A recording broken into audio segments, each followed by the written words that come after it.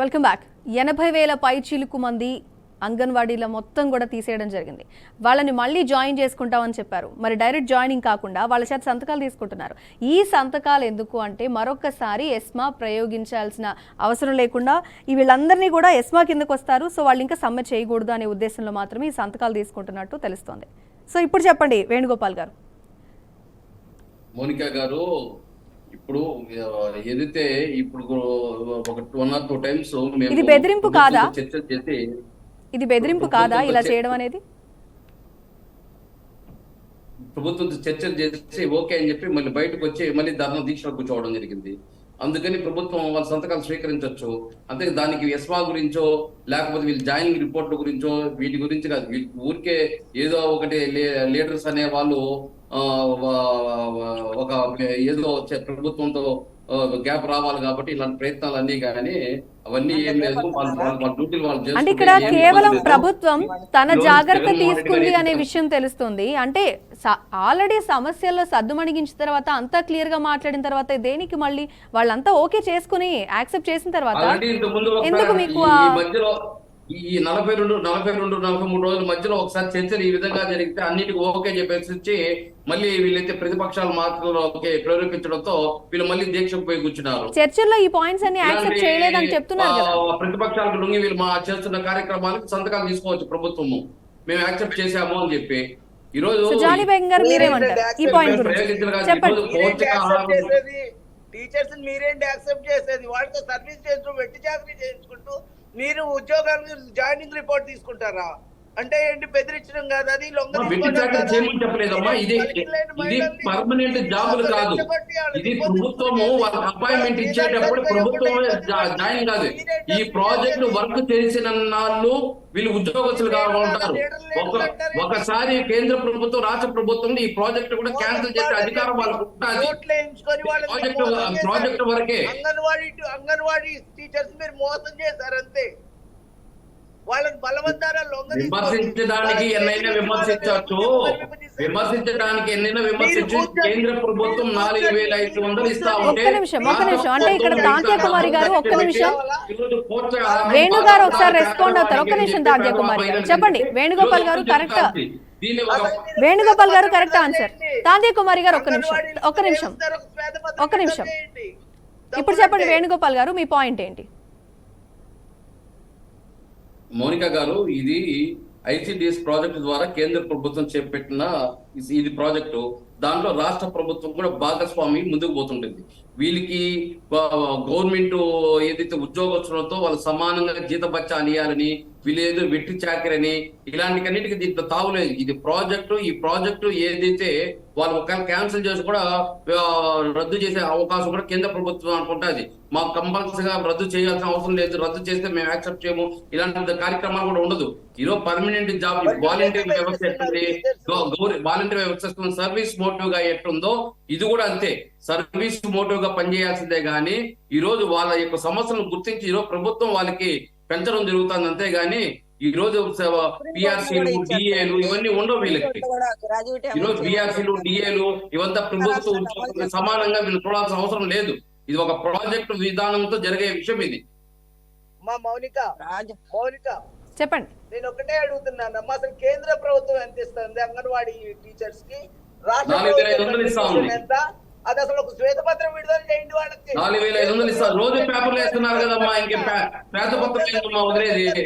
వాళ్ళకి తెలియదేమే ICDS project వాళ్ళకి తెలియదేమి? ఏంటి తెలిసేది అసలు ఈ చట్టం ఎప్పుడు వచ్చిందో తెలుసా మీకు? ఎస్మా ఎప్పుడు వచ్చింది? సో ఇక్కడ ముఖ్యమైన వాదన ఏంటి అంటే జానీ బెంగ్ గారు మీరు చెప్పండి. కేవలం ప్రతిపక్షాల ప్రలోభం వల్లే అనే మాట అయితే వినిపిస్తుంది కదా మరొకసారి. ఒక నిమిషం జానీ బెంగ్ గారు, ప్రతిపక్షాలు నిజంగా చెప్పబట్టే మీరు ఇవన్నీ ఉద్యమాలు అవి చేయడం జరిగిందా? ప్రతిపక్షాలు మేడం మహిళలు రోడ్డున పడేసింది వైసీపీ ప్రభుత్వం.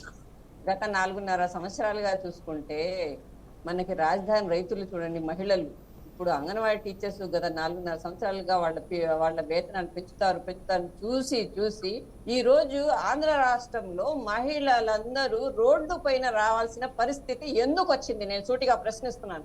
అమరావతి రైతుల గురించి చెప్తున్నా, చెప్పమ్మా, ఏం అన్యాయం జరిగింది వాళ్ళకి? అమరావతి రైతులకే అమరావతి రైతులు ఎందుకు కూర్చుంటున్నారు? వాళ్ళకి ఎందుకు ఏం అన్యాయం జరిగింది చెప్తే కదా వాళ్ళకి. 3 రాజధానులు అని చెప్పి వాళ్ళకి మోసం ఎందుకు అంటే చేశారు? వాళ్ళు తప్ప ఇక్కడ వేరే పాయింట్ వాళ్ళు డైవర్ట్ వాళ్ళు అవ్వదండి, బాగుపడకూడదా? కేవలం అంగన్వాడీల గురించి మాత్రమే చర్చిద్దాం. జానీ బేగం గారు ఒక్క నిమిషం, వేణుగోపాల్ గారు ఒక్క నిమిషం, జానీ బేగం గారు ఒక్క నిమిషం.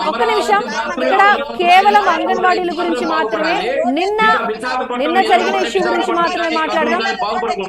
ఒక్క నిమిషం. ఇస్తున్నారా? మహిళలు ఎందుకు రోడ్డు మీద కూర్చుంటారు? మీరు అన్ని సరిగ్గా చేస్తుంటే మీరు ఏమి చేయట్లేదు కాబట్టి ఇప్పుడు మూడు రాజధానులు 3 ప్రాంతాలు. సో మొత్తం అంతా మాత్రం ప్రతిపక్షాల పాత్ర ఏంటి అనే టాపిక్ నడుస్తోంది. బాగుపడాలని స్వార్థం మాత్రం మీరు సపోర్ట్ చేస్తున్నారంటే మీ రాజకీయంగా మీ ఉనికిలో సరే తిరుగుతుంది. వేణుగోపాల్ గారు, లాస్ట్ అండ్ ఫైనల్ గా అండి, ఇప్పుడు ఈ టాపిక్ రన్ అవుతుంది, కరెక్టే, అంతా బానే ఉంది. ఇక్కడ మార్నింగ్ నుంచి వాళ్ళు వెయిట్ చేస్తున్నారు. కనీసం మీరు ఇప్పుడు చెప్పినట్టు వాళ్ళ దగ్గర సంతకాలు తీసుకుంటామని మీరే డైరెక్ట్ గా చెప్పేస్తున్నారు కదా. అంటే వాళ్ళకి ఏ అవకాశాలు లేవు, వాళ్ళ గొంతు నొక్కేస్తున్నారు. గొంతు నొక్కేయాలో మీరు డిసైడ్ అయిపోయారు, అంతే కదా అంతే కదా మరి. వేణుగోపాల్ గారు డిసైడ్ అయిపోయారు, అది కరెక్టే. అంటే మాట్లాడకూడదు అంటే మీ పాయింట్ ఏంటి? వాళ్ళకు ఒక యూనియన్ ఉంది. ఆ యూనియన్ తో చర్చలు జరిపే ఏం తీసుకుంటారు ఏమనేది కూడా వాళ్ళు ఓకే అంటేనే తీసుకుంటారు. అంటే ఇప్పుడు పాదయాత్రలో ఏదైతే హామీ ఇచ్చారో ఆ హామీ నెరవేర్చారా అనే ప్రశ్న వాళ్ళు అడుగుతున్నారు కదా. అది నెరవేర్చలేదు అంటున్నారు. పాదయాత్రలో ఇచ్చిన హామీ నెరవేర్చలేదు అంగన్వాడీకి సంబంధించి అంటున్నారు. 2019లో ఇచ్చాడు కదండి, వాళ్ళు 10,500 11,500 ఇచ్చాడు కదా. మళ్ళీ వాళ్ళు 13,500 23లో పెంచారు. 2023 ఎన్నికలకు ముందు వాళ్ళు పెంచారు 13,500. దీనికి సాటిస్ఫైయా జానీ బేగం గారు చెప్తున్నారు కదా, మరి ఓకేనా? 2023లో పెంచారు, అడగండి వాళ్ళని తెలంగాణ ప్రభుత్వం. జానీ బేగం గారు ఒక నిమిషం, ఆన్సర్ విందాం. మేడం, డేట్ 4/7/2018 నారా చంద్రబాబు నాయుడు గారు 6,000 రూపాయలు పెంచారు. కానీ ఈ ప్రభుత్వం, గత ప్రభుత్వంలో 13,000 ఉంటే నేను 1,000 13,000 లేకుండా 1,150 అని చెప్పి ఇలా అవాస్తవాలు ఎలా మాట్లాడతారో అర్థం కాదు. మన సాక్షి పేపర్ మౌనిక గారు, తెలంగాణ ప్రభుత్వం 2019లో 10,500 ఉంటే జగన్మోహన్ రెడ్డి గారు ఒక్క నిమిషం వేణుగోపాల్ గారు, తన మాటలని క్లియర్ గా విన్న తర్వాత మీ వరకు ఒకసారి క్లియర్ గా విందాం. మొత్తానికి కలిపి ఒక సమాధానం చెప్తారు కానీ వేణుగోపాల్ గారు ఒక నిమిషం. వైఎస్ఆర్ ప్రభుత్వం జగన్మోహన్ రెడ్డి గారు వచ్చాక 11,500 ఇస్తున్నారు. వీళ్ళు తప్పుగా పట్టిస్తున్నారు రాష్ట్ర ప్రజల్ని. జీవో నెంబర్ 13 గురించి మాట్లాడుతున్నారు. మాత్రమే పెంచారు. అవును కాదని ఏం చెప్పారు? మేము 1000 రూపాయలు పెంచాము, మేము ఇస్తామంటేనే చంద్రబాబు నాయుడు ఇచ్చాడు. అంతకుముందు 5 సంవత్సరాలు ఎందుకే లేదు? అంతకుముందు 5 సంవత్సరాలు చంద్రబాబు నాయుడు ఎందుకు లేదు? 2014 నుంచి 2019 వరకు ఆయనే కదా ప్రభుత్వం నడిపాడు. ఎన్నికల ముందు ఎందుకు ఇచ్చాడు? సరే, ఇప్పుడైతే మాత్రం ప్రతిపక్షాల పాత్ర గురించే మాట్లాడదాం. ఎందుకంటే ప్రతిపక్షాలు రెచ్చగొడితేనే చేశారనేది ఇక్కడ ముఖ్య వాదనగా వినిపిస్తోంది కదా. జానీ బేగం గారు ఒక నిమిషం, నేను అడిగిన ప్రశ్నకు ఒకసారి సూటిగా సమాధానం చెప్పండి. ప్రతిపక్షాలు మీకు సపోర్ట్ చేశారు, వాళ్ళ ప్రోద్బలంతోనే మీరు సమ్మెలు చేస్తున్నారు, అవునా? ప్రతిపక్షాల పాత్ర ఒక నిమిషం వేణుగోపాల్ గారు, అడగాల్సిన ప్రశ్న సూటిగా అడిగేశాను, వాళ్ళ సమాధానం విందాం. ఒక నిమిషం. ప్రతి మహిళల గురించి నేను మాట్లాడింది, ప్రతి మహిళ రోడ్డు ఎక్కిందంటే ఈ వైసీపీ ప్రభుత్వంలో దానికి మీరు సమాధానం చెప్పాలని చెప్పడానికి చెప్పాను. కానీ మీరు ప్రతి ఒక్కరిని రోడ్డున పడేసిన ప్రభుత్వం ఒకటి ఉందంటే వైసీపీ ప్రభుత్వం. మీరు అన్ని ప్రతిపక్షాల పాత్ర, జానీ బేగం గారు మీరు కరెక్ట్ పాయింట్ కి రండి ఒకసారి. ప్రతిపక్షాల పాత్ర గురించే ఇక్కడ పాయింట్. ప్రతిపక్షాలే కావాలని ఇవంతా చేయిస్తున్నాయా అంటున్నారు, దీనికి సమాధానం చెప్పండి. ఒక నిమిషం వేణుగోపాల్ గారు, ఒక నిమిషం అండి. ప్రతిపక్షాల పాత్ర ఉందా లేదా జానీ బేగం గారు? ప్రతిపక్షాలు ఎప్పుడు కూడా మద్దతుగానే ఉన్నాయి మేడం. మహిళలు ఆ విధంగా రోడ్డుపై వాళ్ళ పాత్ర అంటే మిమ్మల్ని ప్రలోభ పెట్టారా? అంటే మీరు చేయాల్సిన ఉద్యమాలను వాళ్ళు ప్రోత్సహించారా అనే ప్రశ్న. వాళ్ళే మిమ్మల్ని ఉద్యమాల వైపు, సమ్మెల వైపు తీసుకువెళ్లారా? వాళ్ళ అండతోనే మీరు ఉద్యమాలు చేశారా? ఎవరన్నతో? ప్రతిపక్షాల అండతో, ప్రతిపక్షాల ప్రోద్బలంతోనే మీరు ఇవన్నీ సమ్మెలు కావచ్చు ఇవన్నీ చేశారా? తెలుగుదేశం అండతో. మేము తెలుగుదేశం పార్టీయే కదా. అదే తెలుగుదేశం పార్టీ. ఎలక్షన్ల టైంలో అధికార పార్టీని ఇబ్బంది పెట్టడం కోసమా? ఇక్కడ ప్రశ్న మీరు సూటిగా ఒకసారి వినండి. ఎలక్షన్ టైంలో ఇబ్బంది పెట్టాలని అనుకున్నారా, లేకపోతే ప్రతిపక్షాల సపోర్ట్ అంతా మీకుందా, వాళ్ళ ప్రోద్బలంతోనే మీరు చేశారా? ఇబ్బంది పెట్టడానికైతే కాదు, వాళ్ళకి న్యాయపరమైన డిమాండ్స్, వాళ్ళ గౌరవ వేతనాలు అడగట్లేదు, కనీస వేతనాలు అడుగుతున్నారు. మౌనిక గారు వీళ్ళ అంగన్వాడీలో తెలుగుదేశం ఒక నిమిషం వేణుగోపాల్ గారు, ఒక్క నిమిషం తను చెప్పనివ్వండి. మీకు టైం ఇచ్చాను. ఒక్క నిమిషం వేణుగోపాల్ గారు చెప్పండి. జానీ బేగం చెప్పండి. న్యాయపరమైన డిమాండ్స్ మేడం వాళ్ళు కనీస వేతనాలే అడిగారు, గౌరవ వేతనాలు అడగలేదు. వాళ్ళు చేస్తున్న వర్క్ లోడ్ ని తగ్గించామని చెప్పి వాళ్ళు డిమాండ్ చేశారు. వాళ్ళకి టీడీపీ పార్టీ తరఫున మేము ఎప్పుడు కూడా మద్దతుగా ఉంటామని చెప్పి వాళ్ళకి సపోర్ట్ చేయడం జరుగుతుంది.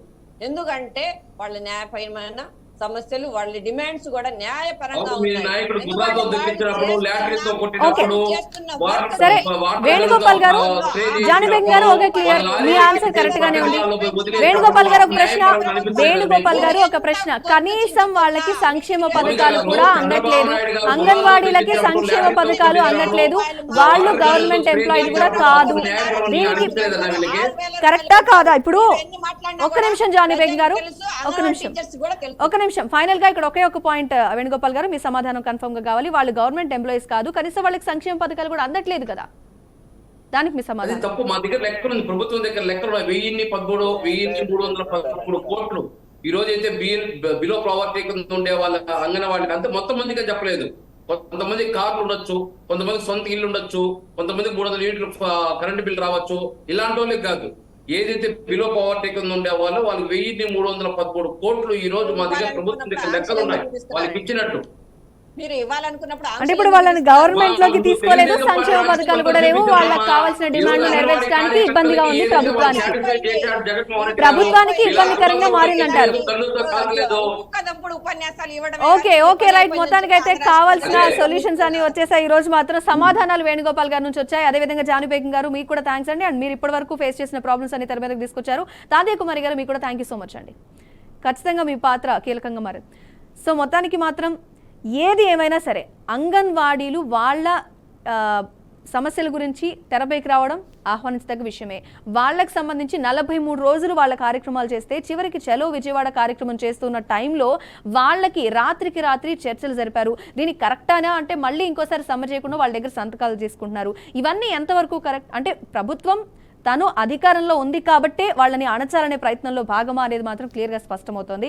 ఒకవేళ మనం ఆలోచించినట్టయితే కనుక వాళ్ళకి కనీస సంక్షేమ పథకాలు లేదు, వాళ్ళకంటూ ప్రత్యేకంగా ఒక గుర్తింపు కానీ ఏం లేదు వాళ్ళు గవర్నమెంట్ అని చెప్పడానికి కూడా. సో ఇవన్నీ కూడా వాళ్ళని ఇబ్బంది పెడుతున్నాయి. 43 రోజులకు సంబంధించి వాళ్ళు 80,000 మంది బయటకు వెళ్లారు, తిరిగి వాళ్ళని తీసుకోవాలని విధుల్లోకి తీసుకోవడానికి సంతకాలు చేయించుకుంటున్నారు. ఇవన్నీ కూడా ప్రభుత్వం అణచివేత ధోరణి అనేది కొంతవరకు బయటపడుతుందనే విషయం మాత్రం ఈరోజు గమనించవలసి ఉంటుంది. మొత్తానికి ఇది అంగన్వాడీలు పడుతున్న బాధకి సంబంధించి ఏ విధంగా ఉంది, దానికి ప్రభుత్వ సమాధానాలు, వాళ్ళ చర్చల్లో నిజంగా అంగన్వాడీలు సాటిస్ఫై అయ్యారా అంటే మాత్రం ఇప్పటికీ కూడా ఎవరి దగ్గర నుంచి సమాధానాలు రావట్లేదు. వాళ్ళు కావాలని కొంచెం తగ్గాం కానీ మాలో ఉన్న ఫైర్ తగ్గలేదనే విషయంలో మాత్రం వాళ్ళు రియాక్ట్ అవుతున్నారు. ఇది వాళ్ళ ప్రత్యేక చర్చ వేదిక ఈరోజు. The question, keep watching BRK news, తెలుగోడి సత్తా.